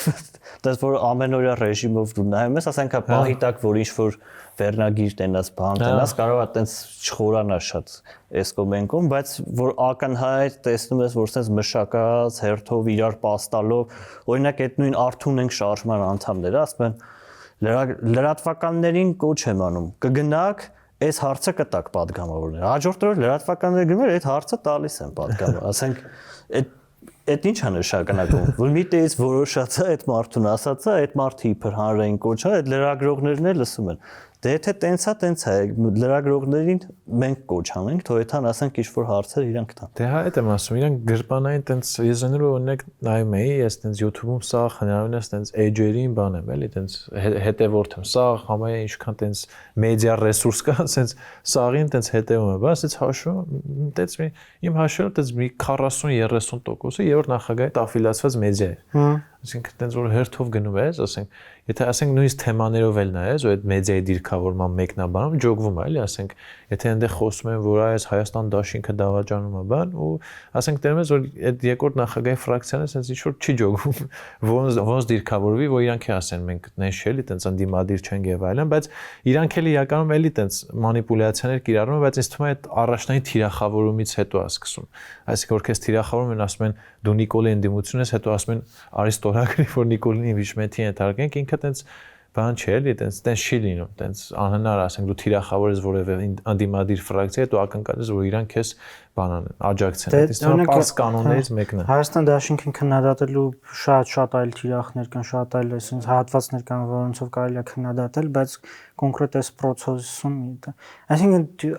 սա շատ աբսուրդ է իրականում, որ Նիկոլ Փաշինյանը հասել է նրան, որ մենք օրինակ մեր կարեկցանքի քաղաքական առումով կարեկցանքի խոսքն ենք ասում օրինակ Հայաստան դաշինքի մասին, բայց այսպես կամ Սերժ Սարգսյանի ասած կրկեսի վերածելու հայրենիք չունենք, ամբողջ հայրենիքը վերածել են իսկապես քաղաքական, ասենք ամբիոնը վերածել են կրկեսի, ու դու այստեղ ստիպված ես էլի ցույց տալու իրականում ովքեր ինչ դերակատարում են կատարում կոնկրետ ներկայացման մեջ։ Այս ներկայացման մեջ ակնհայտ է, որ շատ վատ խաղացող փորձում է խառնի իրար ու տենց ինչ որ Ես ներկայացում ասացի մի հատ նոր թեմա է Երևանից սկսել շրջանառվել այդ բանը մտքիս եկավ նախկին վարչապետ Հովիկ Աբրահամյանին կալանքի են տանում ձերբակալման ինչ որ որոշում կա, հա, այս բանով ու ինձ թվում է այս ակնհայտ 26 թվականի ընտրությունների առաջ իշխանությունը փորձում է այդ նույն իրային հին թեզը վերականգնել, որ ոչ մի մուգ, ոչ մի ձուկ, բան, բոլորը պիտի պատասխան տան եւ այլն, ու հատիկ ու Հովիկ Աբրահամյանն այն ամենահետաքրքիր մեծ օդիոս կերպարներից է, որ միշտ հեշտ է իրան տանել կալանքի ու ինչ որ ռեյտինգի բարձրացում ստանալ ցանկացած պահի ու հա կարելի է։ Նույնիսկ իմ կարծիքով օրինակ այս նման բաները ավելի են շատանալու, այս նման գործողություններն ավելի են շատանալու, քանի 26 թվականը մոտենում է ավելի բան էպիզոդները մեծանալու են, ելով կանդեղ այս բան շարքերում, չգիտեմ, Գագիկ Խաչատրյան, Աղվան Հովսեփ, sense տարբեր քաղաքական օդիոս բաներ կան, որ ժողովրդի հիշողության մեջ շատ լավ նստած են, որ իրան կոռուպցիոներ են, իրան ժամանակ այս մեկը այն մյուսը, ու քանի գնա ինձ թվում է այս process-ները շատանալու է, էլի։ Հովիկ Աբրահամյանների մարդկանց մոտ այդ բանը կա, էլի, օրինակ այդ պողպատե մանդատը, որ նախորդ ընտրություններում տենց շատ էր խոսում դրա մասին, վերջում ինչին ծառայեց, ում վրա այդ ջանքը թափվեց այդ պողպատը, ում վրա կոտրվեց բան, ու տենց որ նայում ես, էլի մարդկանց մոտ այդ բանը, այդ որ իրականում ինքը մի քիչ տենց արդարացի բանել էր ասում, հիշում եք այն որ ազգային ժողովում ասում էր, որտեղ մտնում ենք, որ գյուղ մտնում ենք, փոխանակ հարցնել այս փողոցը ինչի չի ասֆալտապատում, այլ ասում են, այդ Սերժին Ռոբին խիչ եք բռնում։ Դե այդ հայտարարությունից օրինակ պարլամենտում երբ որ հայտարարեց որ այ հենց դուք էլ կգնաք կնստեք ընդհանրապես մի ամիս անց նաև Սերյան Օհանյան, Արծվիկ Մինասյան։ Ինչքան փող են ուզում Հովիկ Աբրահամյանի ստատախոսությունը Չգիտեմ, չեմ տեսել։ Ես չեմ նայել, բայց հետա ինձ մյուս հաղորդման անպայման կասեմ։ Ինձ գիտեք ինչն է հետաքրքիր, որ Նարեկ Նալբանդյանի մասին հիմա շատ է խոսվում։ Հիմա իրանք հարևաններ են ոնց որ։ Հա, մի փաստորեն երկու տուն կա։ Երկու տուն է, ես չգիտեմ։ Իր հարևանի բռները հիմա այդ Բայց իր տունը գնելու հետ կապված Նարեկ Նալբանդյանի մեկնաբանությունը, որ ես հիշում եմ, շատ աբսուրդային էր։ Օրինակ ինքը ասում էր, դե ես գնորդ եմ, որ բան չի, ես ոնց որ ռիելտորին ասել եմ ճարի, այդ գնացել գույքը գտել է։ Դու պատկերացնում ես, ասենք մարդ օրինակ որ ավտո է առնում, հասարակ, բան, ասենք մի 5-6000 դոլարով։ 100 ձև նայում է, չէ՞, ավտոն քանի տեր ունեցե, տանում է մի հատ տակերն է նայում, բան։ Ուզում ասի ինքը որ մի քանի միլիոն դոլարով առանձնատուն է գնել, Կուրսի չի հետաքրքրվել, էտում տունն է։ Վստահ է իր ընկերոջը։ Հովիկ Աբրահամյանի տղան իր արգամը իր ընկերն է, երևի տենց վստահ է։ Նաև չգիտեր, այդ ոնց է ստացվել, որ մի օրով հանել են կալանքից, ինքը ու ըստ մա այստեղ Հովիկ Աբրահամյանը ինչ որ դերակատարում ունեցել է, էլի, այսինքն առանց իր տենց բանի ներգրավվածության, իմացության տեղի չեր ունենա, ու ինձ թվում է Չէ, ոչ միայն Հովիկ Աբրահամյանը, ակնհայտ է, որ իշխանությունն է այստեղ ներգրավվածություն ունեցել։ Այլ կերպ հնարավոր չի ուղղակի նույն հաջողությամբ Արմեն Աբազյանի ԱԱԾ-տնօրենի որդու, ասենք, գնաց տունը, որ Գագիկ Ծառուկյանի պատկանող ցանկի մեջ ա եղել կամ իրան այդ փոխկապակցված անձանց ցանկի մեջ ա եղել ու կարծես թե այդ գույքը, հենց միայն այդ գույքը դուրս է մնացել ԱՊՕ-ի գույքի բռնագանձման ցանկից ու շատ հանգիստ այդ գործարքը իրականացվել է։ Հենց քո խոսքի վրա, այս խոսքի վրա բանով Հովիկ Աբրահամյանի նկատմամբ որպես խափանման միջոց է կիրառվել տնային կալանքը։ Ահա, շատ լավ։ Սա որ Նարեկ Նալբանդյանի հետ կնստի սուրճ։ Քաղաքականությունից խոսան։ Չեմ կարծում թե տանից դուրս էր գալու։ Ասենք ինչ որ ճակլասի հանցագործի կյանքում տնային կալանք չեն տալի։ Ասենք կամ բան են անում, եթե ծանր հանցագործություն չի թողում են գնում, կամ էլ տանում փակում են այդ մարդկանց։ Բայց բանով էլի քաղաքական աֆիլիացիաները կամ ինչ-որ բաներ տնային կալանքը սովորաբար միջին կամ ցածր խավի համար ավելի թանկ արժեցող բան է, կալանքի տեսակ է, քան օրինակ ավելի ինչի համար, որովհետև կալանավայրում մարդը, ասենք պայմանները գրեթե նույնն է, այն իմաստով, որ դու տունն ես եւ քո սնունդը եւ ծախսերը եւ ամեն ինչը մնում է քո վրա, իսկ կալանավայրի պարագայում էլի դու միևնույնն է տեղաշարժ չունես տնային կալանքի պայմաններում չես տալի բան չես անում տնային կալանքի պայմաններում օրինակ բանը նաև սահմանված է թե ովքեր կարող են քո տուն գալ գնալ հասկանաս գրեթե չի տարբերվում այսինքն դու կլինես բանում բանտախցում թե տանը կլինես տունը տալի բան դառնում տունը տա բան դառնում հետաքրքիր է որ հարուստ խավի ժամանակը գնաց ասում էին Անեֆի հետ կապված սա բացահայտումներ կլինի նույնիսկ Տիգրան Ավինյանն արդեն բաներ խոսում ասուլիս կտամ կասեմ սախ հա վերջերս նաև բանն է շատ ավելի համարձակ է ընդ որում խոսում հա այդ հետաքրքիր է իրականում հա ինչ որ հետաքրքիր է ինչ է ասելու դրա հետ կապված դրան զուգահեռ Անիվ Դվանն է բացվում հա բայց բանով իշխանություն որ ասում է մեր համար կապ չունի նախկին ներկա կոռուպցիաներ մենք սաղին դատում ենք իրանք մենակ դատում են բան քաղաքապետարանի միջին ու ցածր հա մակարդակի աշխատողների ու տենց մեկ էլ եթե Դավիթ Սանասյանի դեպքն է էլի իբր արդարացվեց հա բայց դա այսինքն որևէ մեկը չկա էլի հիշելով որ ներսից դատվել է բա Լորեցյան Գևորգ հա սպորտի հարցերով փոխնախարար Այն 500,000 դրամ էր ինչ էր ինչքանի համար դա հիշում եմ ինչ որ խնդալու թիվ էր հա մի տենց այդ կարգի դա փոքր թիվ էր կոռուպցիայի դեմ պայքարը շարունակում է մնալ շոու իրականում իմ պատկերացմամբ ինքը խորքային առումով ստեղ իրանց փաստացի բերած փողը այդ բանն է 500 միլիոն դոլարն է որը որ իրանք կոնկրետ վերականգնել են ակնկալիքները դրանից էական մեծ են եղել, բոլորն է հասկանում են, որ եթե որևիցե ռեժիմի դու 30 տարվա համատարած թալանի մեջ ես մեղադրում, այդ թիվը առնվազն, ասենք, այդպես շատ ծիծաղալու թիվ է, ու փաստացի գնահատականը պետք է հենց այդպես թվերով նայել։ Մյուս կողմից այն, որ ասում են իրանք բոլորն են դատվում, մեր թիմի անդամներն էլ են դատվում, բան այդ ճիշտ չի, որովհետև ամենաաղմկահարույց հարցերի հետ կապված իրանց թիմի անդամներից ոչ մեկն չի դատվել ու այն ենթադրյալ դեպքերը, որ մշտապես բարձրաձայնվել են, դրանց հետ կապված առհասարակ ոչ մի խոսակցություն չի եղել։ Իրականում ներքաղաքական մի թեմա էլ կար, որի մասին արժի խոսալ, որովհետև վերջին տարիներին ընդհանրապես այս ոլորտը ինքը տենց դառել է Հայաստանի տենց ոնց ասենք, հակադեմոկրատական ալիքի sense մի տենց հետաքրքիր դրսևորումներից մեկը այդ համայնքներն են, այնտեղի բաննա, թիմ ընտրությունները ու այդ process-ը ոնց է պատկերացնում ներկայիս իշխանությունը։ Հիմա ես նայում էի այս շաբաթվա ընթացքում, թե Էջմիածնում ինչ է տեղի ունենում, իրական Դիանա Գասպարյան, չէ՞, անունազգանունը։ Դիանա Գասպարյան հրաժարական էր տվել, ու այնտեղ մի հատ process է սկսել, որը պետական մի հատ քաղաքականության հետ է բանալվում, որ Էջմիածինը, ավիշտ Վաղարշապատ համայնքը, մեկ է Խոյը միավորվեն։ Ու սկզբից ես մտածում էի, հա դե երևի խոշորացումը տենց գնում է, նոր համայնքներ են խոշորացում բան, բայց հետո լսեցի այդ Էջմիածնի տարբեր խմբակցություններին, ինչ որ փորձագետներ կիսվեցին, փաստորեն իշխանությունը լի ունի իր սրտի թեկնածուն, որին չեն ուզում, այդ դեռևս ոնց որ ԿՊ-ն ունի թեկնածու, որը Էջմիածնի չի, Վաղարշապատի չի։ Ու դրա համար ինքը չի կարող լինի Վաղարշապատի համայնքապետ։ ԿՊ-ն այլ թեկնածու չունի Դիանա Գասպարյանից հետո, այսինքն Վաղարշապատում բացի Դիանա Գասպարյանից չունի այլ թեկնածու, հա, որ այդ խմբակցությունը գա, քվեարկի Դիանա Գասպարյանից հետո ինքը լինի, ու հետաքրքիր բան են մտածել, ասում են Խոյը մեկ էլ Վաղարշապատը միացնենք իրար, Վաղարշապատից մեր սրտի թեկնածուն Արգիշտի Մեխակյանն ինքը գա, դնենք ժամանակավոր պաշտոնակատար, այնտեղ էլի ավականիստեր չլինի, համայնքի հետ ասֆալտ, ծառայությունները բոլոր տորպետահարվեն, ինչա թե ԺՊ-ին նշանակենք, ոնց որ Վանաձորում եղավ կամ ուրիշ տեղեր լիք եղավ, կամ հենց Գյումրիում, ասենք վերջերս ա եղել։ Էլի ԺՊ-ն գնա ընտրությունների ու ընտրություններում իր թեկնածուին դնի։ Այս իրականում ինքը վաս սցենար է ու լավա տենց շուտ են ճակերտավոր ասած պալի տարը։ Այսինքն ոնց որ Տիգրան Ավինյանին արեցին, տենց էլի։ Ավելի շատ Գյումրի բանն է, ուղղակի չստացվեց Գյումրիում։ Այսինքն Գյումրին ոնց եղավ, հրաժարական տվեց բանը համայնքապետը Բալասյան Դաշինքի,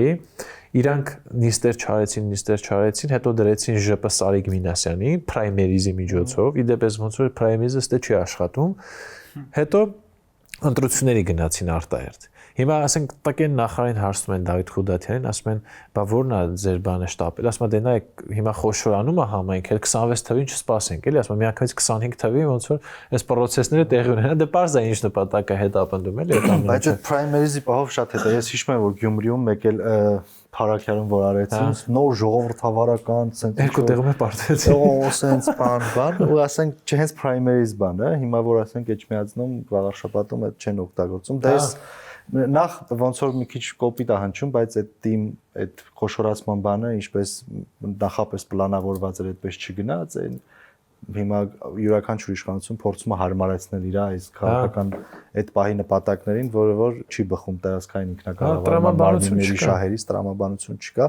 դե Էջմիածինն էլ իրականում բավականին խոշոր ու շատ կարևոր կետերից է, ու այդտեղ 40000 ամենամեծ քաղաքն է Վանաձորից կարծեմ հետո, եթե չեմ սխալվում, իսկ խոշորացումից հետո հա բավականին հետո ռեսուրսների բանի առումով շատ կարևոր է ինձ թվում է Էջմիածինի գործող իշխանությունների համար։ Հիմա տեսնենք հələ Ես գիտես նա ձևը կգտնեն պահելու։ Այսինքն իրաց ձևը այն է, իրանք տարբեր մեխանիզմներով ոնց ուզում լինի, դնում են իրաց տեխնացիային, որ համայնքի վարչական ռեսուրսները իրանք ունենան, այնտեղ նաև դոտացիաների, բանի, այդ սուբվենցիաների թեմա կա, որ կարող են կառավարությունից փող ստացկեն այդ համայնքների բյուջե, իրանք այդ օգտագործում են քաոզարշավանելու համար, վարչական լծակ օգտագործելու համար, տենց այդքանից դու չեն ընտրվում։ Այդ ասենք որ հաստատին այոնակ խոշորացում ինչի՞ է այն նաև անում տենց խնդրարարություն տեղում, երբ որ խոշորա դու կառավարությունը որոշում ընդունում համայնքների միավորման, այդ պահից սկսած արդեն տվյալ համայնքի ավականների գործունեությունը կոպիտ ասած դադարում է, որովհետև գործ ունես արդեն լրիվ նոր համայնքի հետ, հետեւաբար նոր ընտրությունների անհրաժեշտություն պետք է լինի։ Սա երևի այդ իրավական աճպարարությունն է, էլի նաև ինչ որ առումով, որ փորձում են այդտեղ կիրառեն, որպեսզի կարողանան, ասենք, ժամանակ շահեն։ Իսկ հենց ինչ որ խոսակցություններ կան, թեխի Դիանա Գասպարյան, հա, դե իրական լիքը դեպքեր կային, ինձ թվում է ինքն էլ ֆրանքները այդ գազբազարնելու հետ կապված։ Հետո սպանության դեպքեր եղել, այդ իր այդ փոխկապակցված այդ բանը, այդ գազալցակայանում, ոչ թե շատ աղմկոտ վիճակ էր, ոնց որ Տիգրան Ավինյանը ուղղակի ավելի փոքր մասշտաբի վիճակ էր, այսինքն sense անդադ իր շուրջ ինչ որ բաներ տեղի ունենում։ Կարծես թե հա երկուս տեկել համաձայնություն։ Ու պետությունն էլ աջակցում է, օրինակ Տիգրան Ավինյանին ոչ մեկ ինչ որ կոռուպցիայի կանխարգելման հանձնարարոց չի տուգանում, չէ՞ Տիգրան Ավինյանը, բայց իրան տուգանում էլ էին ու ինքը տենց ոնց որ ամեն ձև ուզում էր արդեն հասկացել որ պետք է դուրս գա ու ինչ որ տենց չգիտեմ ինչի դիմացա կարելի է դուրս գա։ Այս անգամ էլ մունջանող չկա։ Հա, որտեվ ինքը նաև հայտնի է 20 թվականին 21 թվականին թե 20 21 թվականին հրապարակվեց հա Սուրեն Պապիկյանի հայտնի է ձայնագրությունը որ հրապարակեց ինքը ասում էր թող գնա էլի ինչ որտեղ Նիկոլ Փաշինյանի նկատմամբ ոչ սկեպտիկ վերաբերմունք էր արտահայտում ասում էր թող գնա հոգեկան առողջությունը կասկածում հոգեկանը տեղը չի թե հրաժարական իսկ ինչ որ փուլի պետք է ինքը գնար հոգեկանը տեղը չի Այս ճգնաժամի ինձ թվում է sense ինքը Էջմիածին նաև այն բանով է կարևոր օրինակ ես այդպես սովորական մարդկանց հետ որ շփվում էի 18-ից հետո այն ժամանակ Մանվել Գրիգորյանի այդ կոպիտ ասած խումբը իր շրջապատը ինչ որ sense կարգու կանոնի լիազորություններ ուներ այդ քաղաքում ու հիշում ենք որ 18-ից հետո ամենատենց առաջին թիրախը Մանվել Գրիգորյանը առաջիններից մեկը ինքն էր ու Վանեցյան Արտուրի ձեռամբ հա Արտուր Վանեցյանի միջոցով ու մինչև հիմա էլ ինքը ասում է որ ինչ որ եղել է նորմալ է եղել այսինքն օրենքով ուղղակի այդ ասում է PR-ն էր վատը թե ասում Արեն Մկրտչյանը վիդեոները վերցրեց մոնտաժեց բայց այն ժամանակ ինչ կոռուպցիայի գծով օգնական կոռուպցիայի դեմ պայքարի ներողություն գծով բայց չես իմանա այն վաղ էդ էր ասում որ օրինակ Մանվել Գրիգորյանից հետո ոնց որ հարց չկա այնի վատներ հիմա ինքը չկա, բայց ոնց որ քաղաքը նորմալ հունով չի կառավարում, էլի լիքը խնդիրներ կան, այսինքն հարց չկա, այդ վատ բարքերը շատ վատն են, բայց դրա վերացմամբ իշխանությունը Էջմիածնեցիներին չի կարեցել նորմալ բան առաջարկի, ու ինձ թվում է հատկապես այս, չգիտեմ ինչքանով այս թեմաները իր այդ բռնում է, բայց այս կաթողիկոսին թիրախավորելը ինչ որ չափով կարա ազդի արտահերտ ընտրություններում կամ թեկուզ հերթական ընտրությունում Էջմիածնում համայնքապետ ունենալու ԿՊ-ի այդ նպատակի վրա ու դրա համար եթե խոյնել միավորվի ինչ որ չափով իրավիճակը փոխվում է Դա համար ես մտածում եմ, սենց ամեն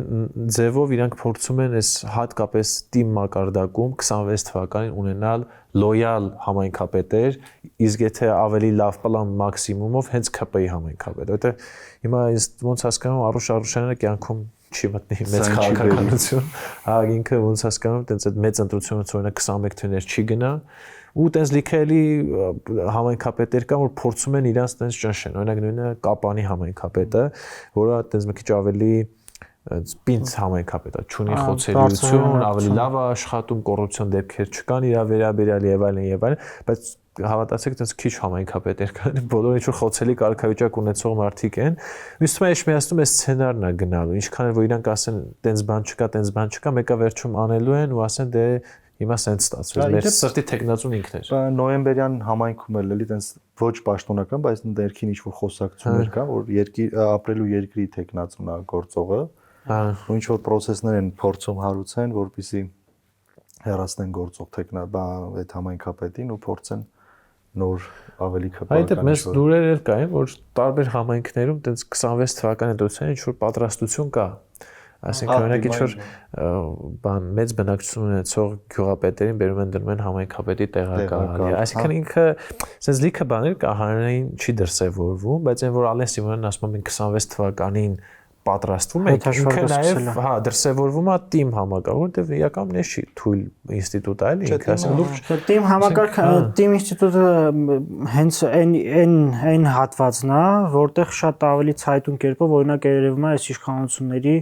հակաժողովրդավարական լինելը, թե ինչքան չեն հավատում օրինակ այդ ժողովրդավարական արժեքներին, որոնց մասին այդքան բարձրաձայնում, որովհետև այնտեղ ավելի տեսանելի է։ Հետո նաև հաշվի առնել, որ օրինակ այդ Մանվել Գրիգորյանի օրինակը որ բերեցիր, տես օրինակ Երևանից դուրս համայնքների ինչ խնդիր ունեն, էլի Երևանից դուրս համայնքները ոչ միայն, նաև Երևանում էր այդպես մինչև 18 թվականը խաղի կանոններ կար սահմանված եւ այդ ստաբիլ վիճակը ավելի շատ այսպես համայնքին դուր էր գալիս, համայնքը այդքան էլ հետաքրքրված չի օրինակ իր համայնքային ավականու խնդիրներով, այնտեղ քննարկվող հարցերով, ավելի շատ ուզում են իրենց կայունությունը, սուբվենցիոն ծրագրերը լինի,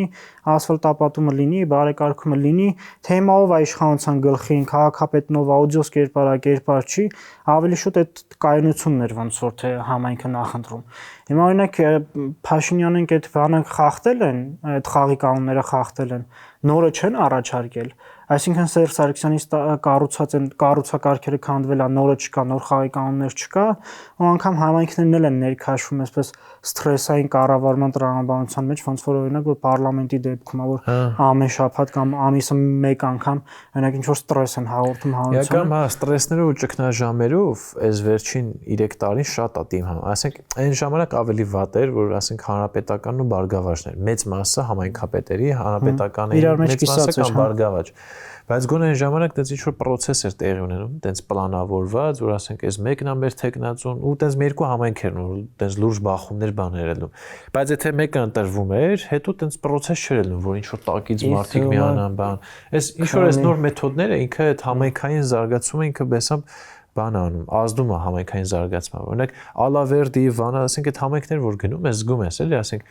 լիքը գործ կա անելու, բայց 1.5 տարի, 2 տարի այդ համայնքում զուտ համայնքապետի ընտրություն է եղել։